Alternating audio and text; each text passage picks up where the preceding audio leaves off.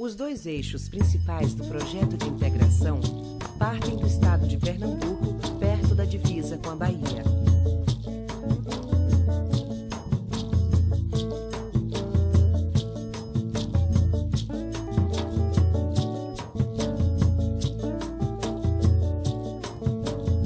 A água desce por gravidade até ter uma estação de bombeamento, onde é transportada para um nível mais alto por energia elétrica.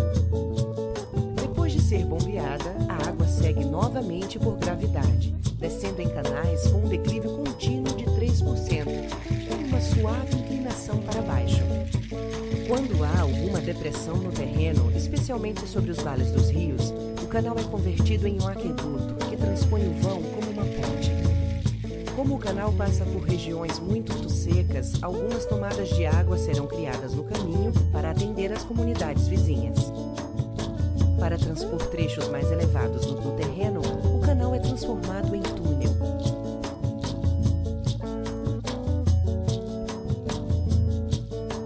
Ao longo do trajeto, a água é acumulada em reservatórios, onde ela pode seguir caminho, abastecer as populações próximas ou, em alguns pontos, ser usadas para gerar energia elétrica. A água do São Francisco é distribuída pelas bacias dos rios Jaguaribe, Apodi, Piranhas-Açu, Paraíba, Brígida e Moxotó, beneficiando uma ampla região do sertão, onde vivem 12 milhões de brasileiros.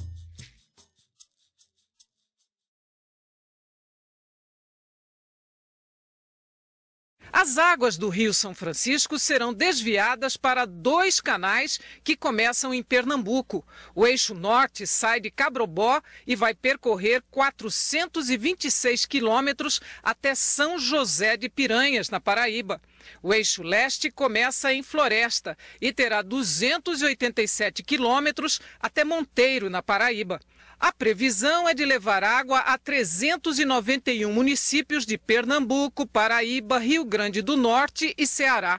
O projeto de integração de bacias não tem nada a ver com a situação de degradação ampla geral e restrita do rio. Ao contrário, na minha percepção, a chance que o rio tem de entrar no programa honesto, consistente, bem formulado tecnicamente, com orçamentos relevantes, a revitalização depende da centralidade que o assunto de São Francisco tem na agenda do país. A questão que se coloca é o seguinte: é levar água para o consumo humano. Aí reside um grande equívoco. O rio está na UTI, o Rio São Francisco está morrendo.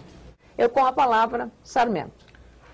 Bom, historicamente ele se iniciou voltado para o aproveitamento hidroagrícola daquela região, além, claro, de suprimento para populações. Com o tempo, as demandas foram crescendo, crescimento da indústria, crescimento das cidades, etc.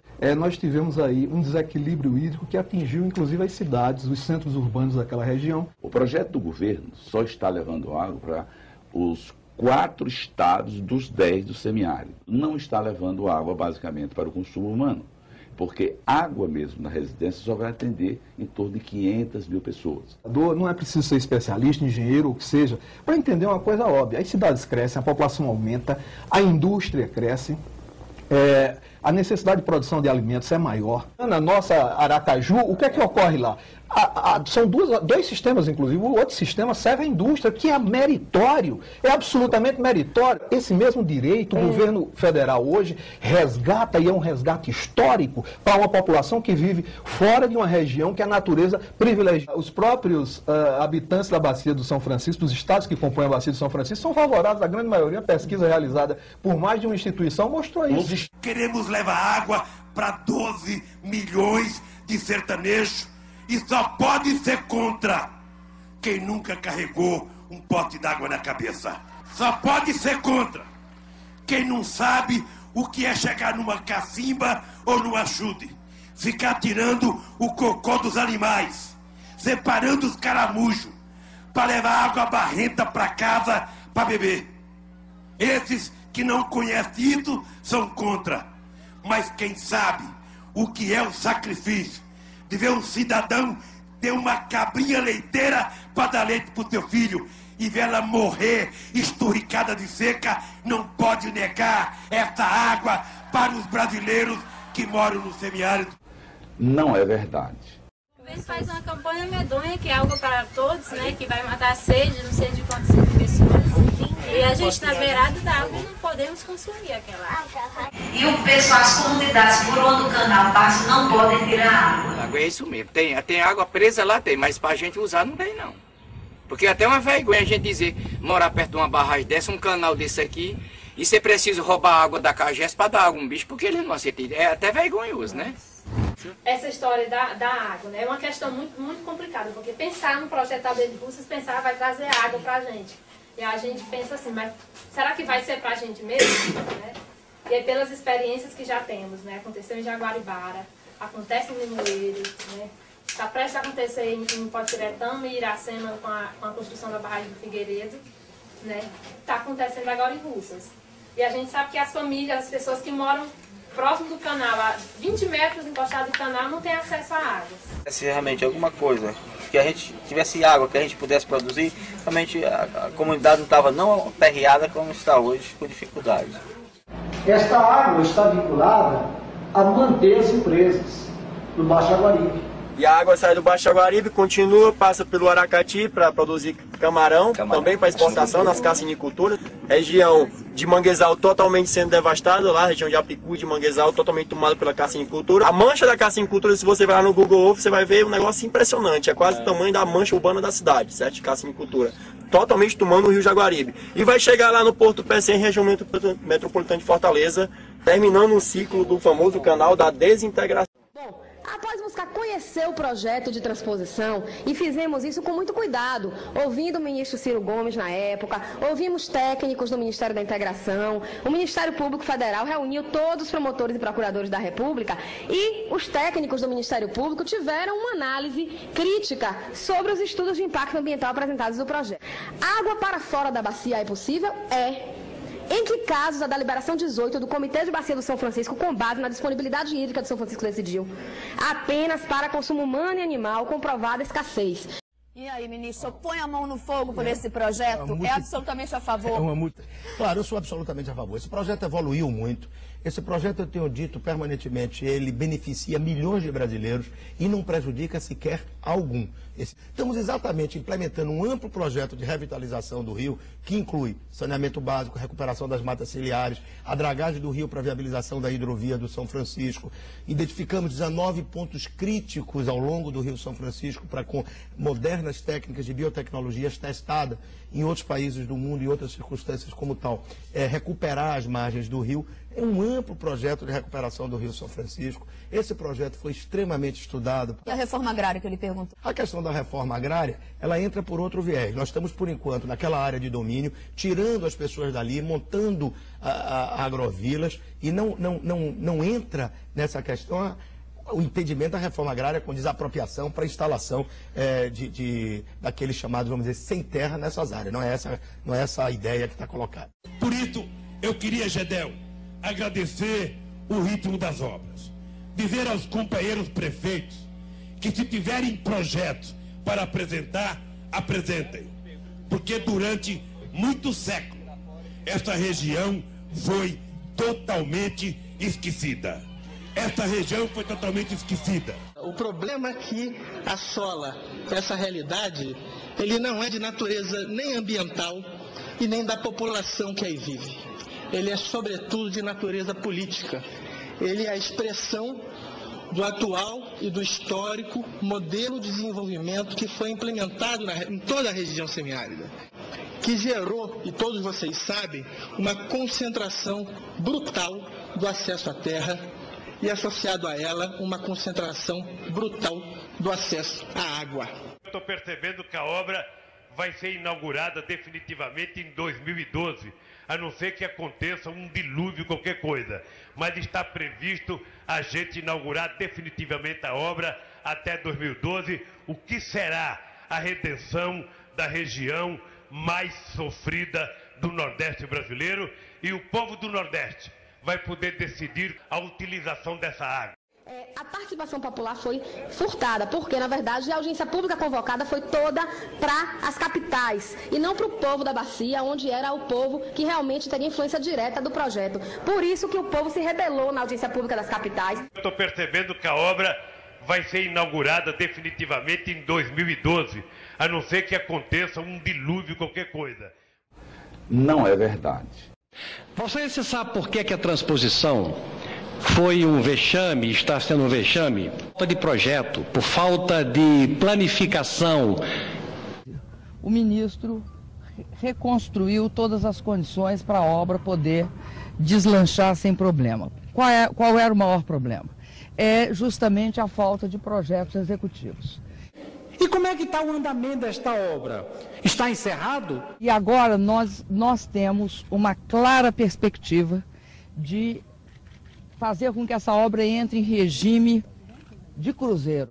Mas o que eu quero é que ela seja feita, e feita com dinheiro público bem gasto. Uma obra que em 2007 tinha o seu orçamento em 4,5 bilhões de reais, foi realinhada recentemente para 8,2 bilhões de reais. Basicamente, o que eu estou fazendo aqui é o seguinte: essa é uma obra prioritária para o governo, prioritária para o Brasil. A obra foi feita para ganhar eleição, para potencializar votos na região Nordeste. Se eu pudesse apresentar o cartão de visita do governo do PT, com todo respeito ao governo, está aqui o cartão de visita.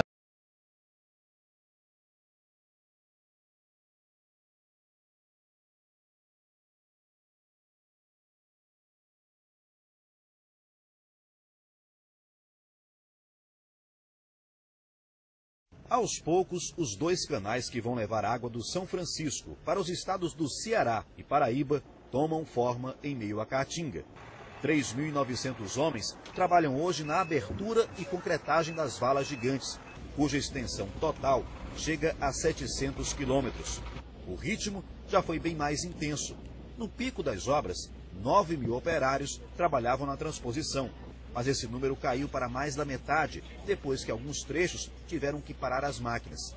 Segundo o governo, alguns consórcios não conseguiram cumprir o contrato pelas dificuldades técnicas encontradas em campo. Como consequência, diminuiu também o desembolso de recursos, de pouco mais de R$1 bilhão em 2010 para 600 milhões este ano. A crise foi parar nas manchetes dos jornais e irritou a presidente Dilma Rousseff. Para rebater as críticas de que as obras da transposição estariam paradas, o Ministério da Integração Nacional divulgou um balanço do projeto. Até agora foram gastos 2 bilhões e 700 milhões de reais. E no total, 58% dos canais estão cavados e concretados.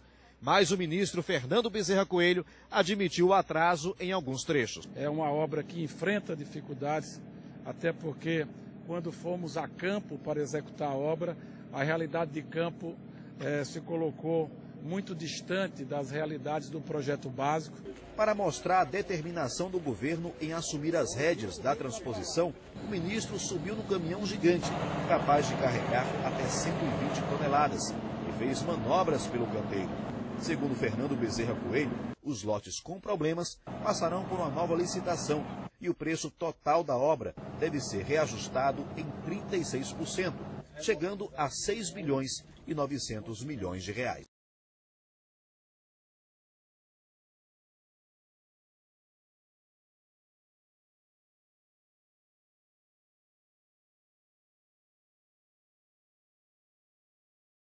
Falando em contratos, Patrícia, o Jornal Nacional está começando hoje uma série especial de reportagens sobre a transposição das águas do Rio São Francisco no Nordeste. Essas obras tinham o término previsto para esse ano, mas estão atrasadas. Os repórteres Mônica Silveira e Augusto César mostram agora o que aconteceu. Operários escavam o solo.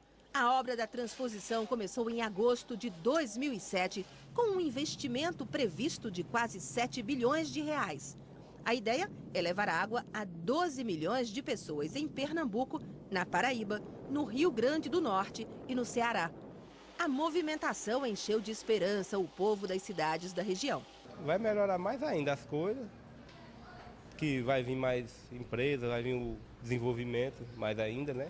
Quem trabalha com a atividade agrícola espera que a irrigação ajude a expandir as lavouras. Hoje nós temos terras férteis, aí onde essa transposição está passando, terras muito boas, que eu acredito que a nossa expectativa é essa, que aí sim é onde o nosso município vai dar esse pulo nesse crescimento na agricultura. São 2 canais. O eixo leste vai ter 287 quilômetros, começando em Floresta, Pernambuco, e indo até Monteiro, na Paraíba. O avanço das obras já chegou a 71%. O eixo norte parte de Cabrobó, em Pernambuco, corta o Rio Grande do Norte e vai até o Ceará. Vai ficar com 426 quilômetros. Nem a metade foi concluída. O projeto foi dividido em 14 lotes. A maior parte ficou com os consórcios das construtoras. Os trechos que ficaram sob a responsabilidade do Exército estão quase prontos. Neles, no ano passado, o avanço foi 3 vezes maior que o das empreiteiras no eixo norte e 5 vezes maior no eixo leste. Em Cabrobó, os soldados finalizam a barragem de Tucutu. Faltam apenas as obras em concreto, que são obras complementares, e elas devem ser concluídas no mês de abril de 2012. Quando tudo estiver pronto, os militares vão terminar de retirar as plantas desta área, que tem o tamanho equivalente ao de 480 campos de futebol. Isto aqui vai se tornar um imenso reservatório com capacidade para acumular 15 bilhões de litros de água. Ela vai seguir deste lugar para abastecer municípios de 4 estados do Nordeste. 9.000 pessoas chegaram a trabalhar nos canteiros de obras. Agora existem menos de 4.000. Cícero foi demitido. Foi embora a empresa, né? E a gente está esperando aí, Deus que vai vir, nunca que chega essas empresas. Para o governo, o atraso das obras é consequência da diferença entre o que foi acertado nos contratos e a realidade encontrada na região. Agora serão feitas novas licitações para os trechos que tiveram o trabalho interrompido. Vamos iniciar em fevereiro, março e abril as licitações dos saldos remanescentes para que a gente possa, no segundo semestre de 2012, atingir o nível máximo de execução e de contratação de mão de obra mobilizada no projeto da integração de São Francisco.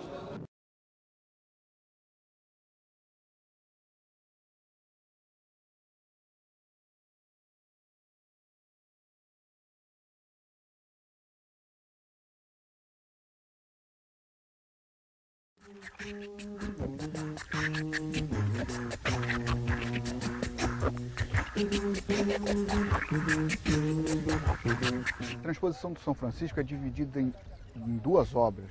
O Exército entregou um canal de cerca de 2 quilômetros, mas que ainda não pode ser utilizado porque a elevatória que teria que ser construída para jogar água no restante do canal está ainda no início das obras.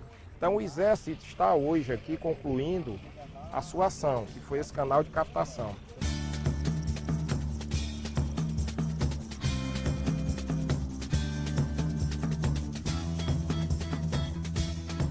O eixo norte, que é onde nós fomos, tem cerca de 400 quilômetros e o canal entregue tem apenas 2 quilômetros. Já o eixo leste tem cerca de 200 quilômetros de extensão e ainda não tem nada pronto por lá. O Ministério da Integração Nacional defende a obra como sendo importante para melhorar a distribuição de água para a população dessa região. E evidentemente, quando o governo propôs as obras da transposição do São Francisco, ele criou uma expectativa enorme, sobretudo nas populações que vivem na Paraíba, Ceará e Rio Grande do Norte. Era um pouco a promessa que você ia resolver o problema de 12 milhões de habitantes. Está previsto a gente inaugurar definitivamente a obra até 2012, o que será a redenção da região mais sofrida do Nordeste brasileiro, e o povo do Nordeste vai poder decidir a utilização dessa água. Essa obra da transposição, ela só vai funcionar quando a sua totalidade de obras estiver na sua plenitude totalmente concluída. A obra como um todo está praticamente paralisada. O dinheiro acabou e a obra ainda não terminou. Terão que ser feitas novas licitações para entregar os cerca de 600 quilômetros de canais que ainda não foram concluídos. Primeiro, o governo também criou um pouco de marketing em cima da obra, dizendo que 70% estava concluído, mas o último balanço que o governo fez através do ministro da Integração nos parece bem mais realista, pelo que a gente conhece da obra. 36% foi concluído. A obra do Exército ela era uma obra, embora mais complexa, ela era um trecho menor, né, de canal. E o Exército, como é uma instituição também pública, né, a gente trabalha com o Exército de uma forma menos burocratizada do que com as construtoras. A previsibilidade que existe hoje é que ela seja concluída, o eixo leste, que parte da cidade de Floresta, no ano 2013, e o eixo norte, que é esse que nós estamos aqui hoje, presenciando, testemunhando, no ano 2015.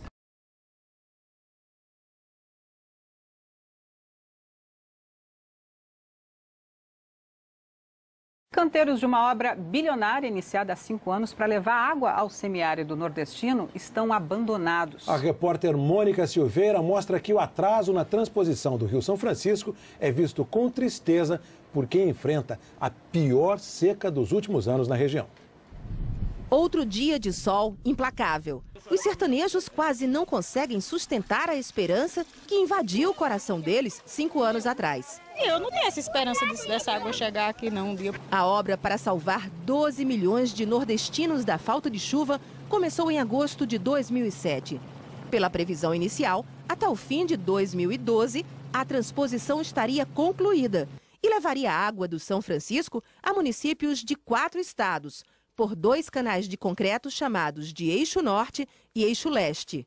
Mas hoje, trechos de canal que já tinham sido concluídos estão rachados e precisam ser refeitos. No caminho da transposição fica Sertânia, 34 mil habitantes com sede. O nível da água do reservatório da cidade está reduzido a 4,5%. E ele fica bem ao lado dos canteiros que as construtoras abandonaram, alguns ainda cheios de máquinas encaixotadas.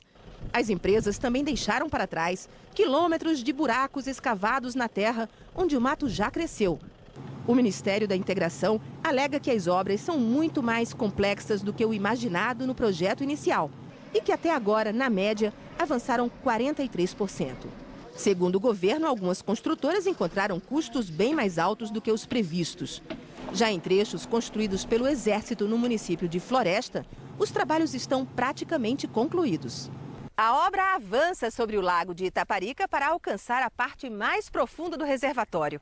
Agora, somente este trecho de aterro separa a água com que os nordestinos tanto sonham do canal da transposição.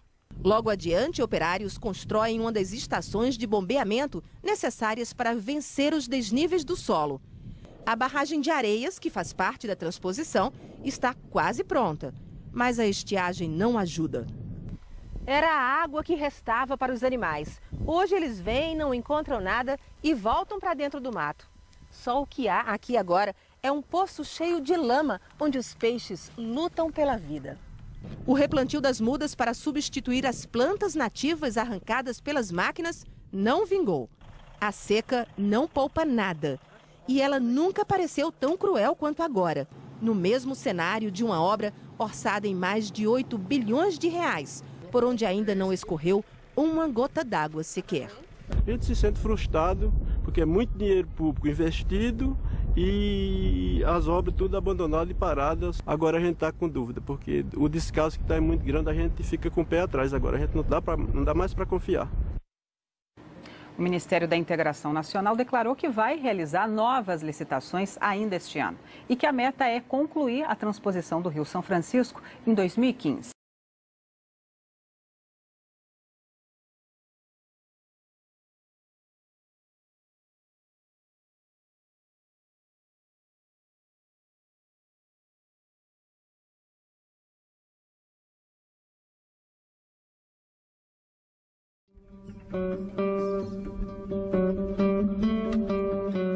Já são 2 anos.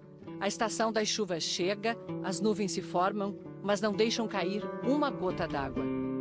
Estamos em Cabrobó, Pernambuco, a apenas 20 quilômetros das margens do Rio São Francisco. A seca espalha suas vítimas na beira da estrada.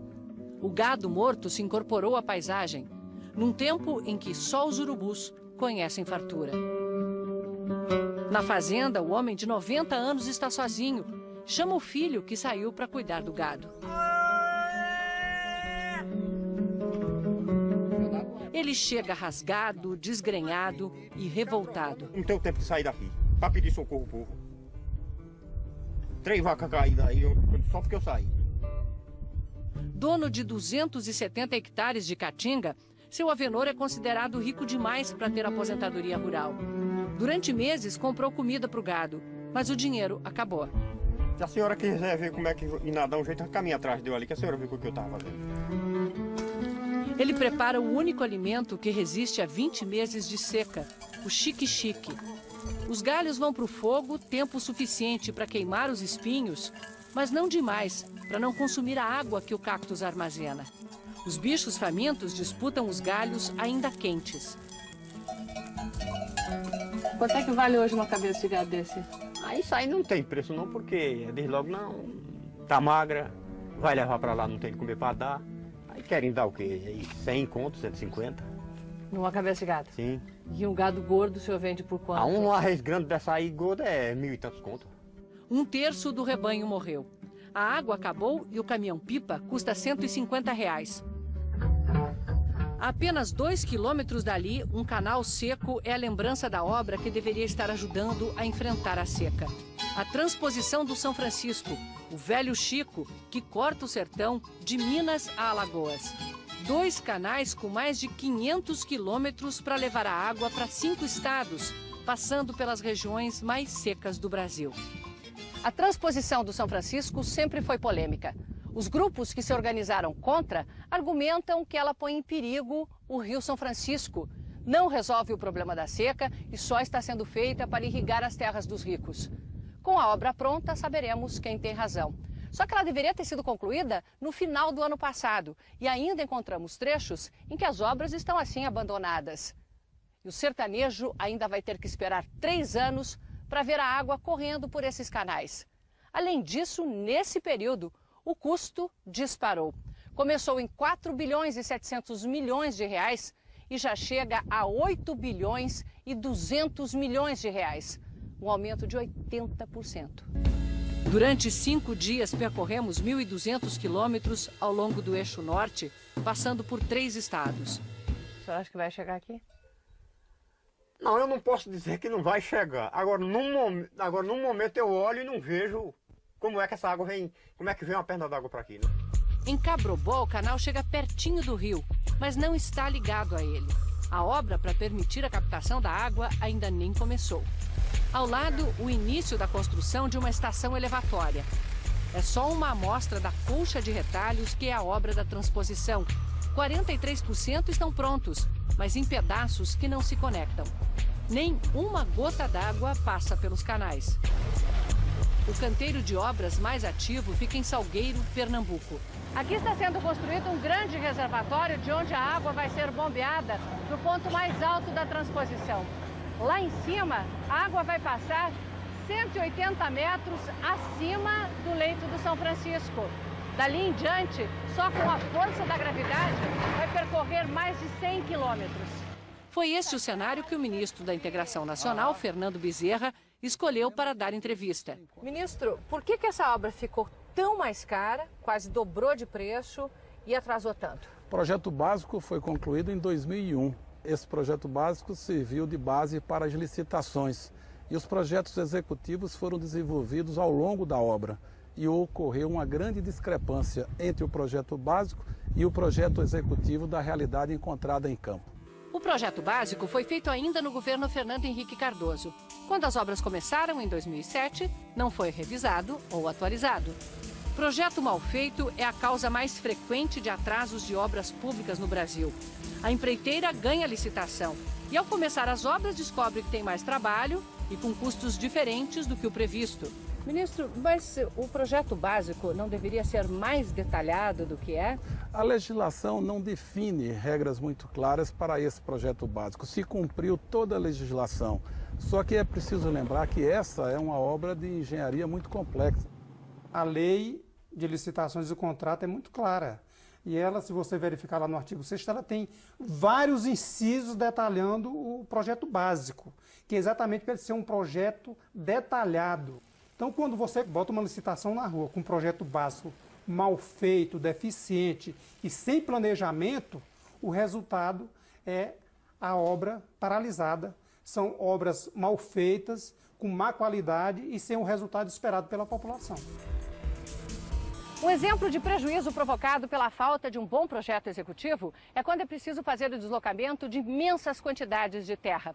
Aqui, os lotes foram licitados sem que ficasse especificado quanto seria de terra macia e quanto de pedreira, por exemplo, que precisa ser explodida, o que custa muito mais caro. Além disso, sem um levantamento geológico, sem saber exatamente com que tipo de terreno está lidando, o projetista pode escolher passar por uma pedreira, tendo a opção de terra macia bem ao lado. Ou cavar um túnel em terreno que se esfarela sem a técnica adequada. Aqui o túnel desabou quando 120 metros já haviam sido escavados. Era um domingo em abril de 2011. O sistema de monitoramento lá dentro do túnel indicou uma movimentação de terra. Todos os equipamentos foram retirados e 2 horas depois, tudo veio abaixo. Ninguém saiu ferido, mas foi 1 ano e meio parado para finalmente fazer um projeto detalhado e recomeçar tudo, bem ao lado. Você teria que ter tido um projeto para conhecer o terreno. Então, como isso não foi feito, ou não tinha esses estudos, e aí acontece esse tipo de acidente, que é um prejuízo enorme para a população e para os cofres públicos, né? E quem paga esse custo é o povo. O novo túnel segue as técnicas para contenção das paredes frágeis, mas só avançou 20 metros. Do outro lado da montanha, a frente de trabalho que vem na direção oposta deu a sorte de cavar rocha firme e já perfurou 4,5 km. Quando se bota as máquinas em campo, ministro, sem saber exatamente que tipo de solo vai encontrar, não é botar o carro na frente do boi? Não. Diversos projetos de engenharia são tocados com os projetos executivos sendo feitos ao tempo em que a obra vai avançando. Antes e depois do túnel, 2 trechos completamente parados. De lá, a água viria a reforçar o açude Boqueirão, já na Paraíba, que está só com 17% da capacidade. O nível da água baixou tanto que expôs as ruínas da antiga cidade de São José de Piranhas, transferida há 80 anos para a construção da represa. A obra do canal também desloca agricultores que têm suas terras no caminho para vilas agrárias como esta. De imediato a gente sentiu uma grande alegria, que morávamos em uma fazenda, recebíamos água de carro-pipa, mas aí aos poucos, depois da mudança que a gente foi vendo, alguns sentem tristeza. As casas são grandes, mas estão rachando. Com relação ao dinheiro público investido aqui, como é que você se sente? A gente vê que foi uma quantia bem grande, né? E que, de certa forma, sai do nosso bolso. Cada família teria um lote de 5 hectares, um deles irrigado, para plantar. Mas passados 2 anos, eles continuam vivendo de uma mesada do governo. A mesma coisa, né? Está numa invalidez. Porque o que a gente é acostumado mesmo é trabalhar. Trabalhar na roça para ter o sustento da pessoa, de cada um de nós. A caixa d'água também rachou. E só não falta água nas casas porque o seu Lindoval fez uma gambiarra, mandando a água direto, racionando uma rua de cada vez. Em alguns trechos é o próprio canal da transposição que está rachado. Árvores crescendo no fundo seco. Desde 2005, o Tribunal de Contas da União encontrou irregularidades que chegam a 734 milhões de reais. O Ministério da Integração investigou contratos que não foram honrados ou que têm sobrepreço, pagamento duplicado por obras ou pagamentos de serviços que não foram executados. O Ministério agora espera a defesa das empresas. Foram 5 processos investigativos e assim que eles responderem às informações que constam desses relatórios, nós então tomaremos as providências cabíveis. Se o Ministério está esperando o contraditório, é porque encontrou sobrepreço e superfaturamento. Nos relatórios até aqui, existe sim indícios de sobrepreço e de superfaturamento. Além disso, por determinação do TCU, o Ministério deve investigar a paralisação de obras. Isso aí tem que ser identificado quem são responsáveis por isso. Por que essas obras não foram concluídas e em que condições esse contrato foram assinado. Alguns trechos abandonados já foram retomados depois que o Ministério refez os projetos e licitou novamente as obras. Até março, todos devem estar licitados. Em Serrita, Pernambuco, encontramos uma comitiva de esperança. Leva os bois fraquinhos que avançam devagar porque param onde encontram algum verde nas árvores. Neste canto de Pernambuco caiu uma chuva no dia 5 de dezembro. Não ficou água nos barreiros, mas a vegetação da caatinga brotou. Por que o gado veio para cá? Porque a situação minha é difícil lá. Se eles ficassem lá, talvez amanhã não tivesse mais nem a metade vivo. Porque não tinha o que dar a eles hoje. E aqui tá melhor? Aqui está melhor, tem uma folhinha murcha. Eu acredito que eles, comendo essa folhinha murcha, eles vão sobrevivendo, né? Lá no meu terreno não choveu nem para isso, nem para fazer água de nada. Não fez água para passarinho. Nem todas as vacas chegam ao destino. Uma é resgatada de caminhonete, tão debilitada que não consegue parar em pé. O esforço dos vaqueiros é em vão. Francisco Tadeu é a classe média agrária do sertão que está sendo jogada na pobreza por causa da seca.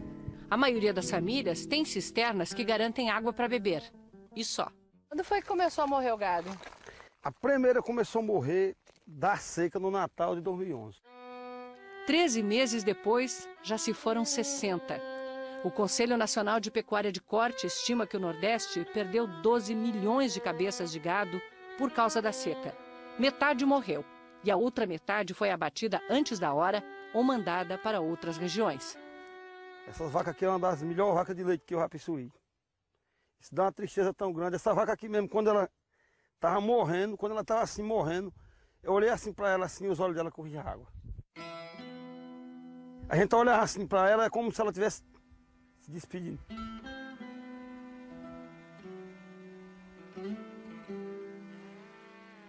Estou andando aqui agora porque vim com vocês, mas não gosto nem de olhar para cá, não.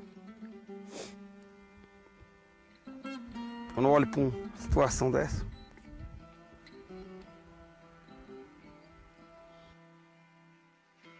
No curral ficaram as que estão fracas demais para ir embora. Isso era para ser um animal bonito. Isso é filho de vaca boa. Isso é filho de vaca cara. Era para ser um animal bonito. Quando tá assim, não dura mais muitos dias, não. Vaca como essa aqui, eu comprei 8 de uma vez. 8 vacas. Essas vacas foram a R$ 2.500. Era vaca com acima de 10 litros de leite por dia. Essa vaca que está amamentando, tá pele e osso. E além do bezerrinho dela, ainda precisa alimentar os outros que ficaram órfãos porque as mães já morreram de fome. É como se fosse sua família aqui e você visse doente sem poder cuidar. Dá mesmo uma tristeza ver esse bicho nesse estado. Essa vaca aqui está morrendo. Para ela agora é uma questão de dias, talvez até de horas. Aí não tem mais o que esperar. Aí não tem mais o que esperar, não. Aí só tá viva porque tá viva ainda, mas de todas que foram pro chão, que ficaram assim, tá indo para lá, pro cemitério do gado. Enquanto pôde, ele comprou ração, mas a seca fez o preço se multiplicar por 4. Tu tem capital para depois repor o rebanho? Daniel, eu nem penso isso. Se for pensar isso aí, fica doido. E essa transposição de São Francisco, o senhor acha que se tivesse pronto ajudava aqui? Se for como eles dizem, o pessoal diz, acredito que ajudava. Acredito que melhor do que o que está, fica. Muito. Porque a água é riqueza, né? Há 3 anos de ver a água correndo, a família se agarra na fé. Vamos esperar por a vontade de Deus, né? Se for para acabar, até a última acaba. Né? Vamos ver se pelo menos a gente sobra, né? Para contar a história.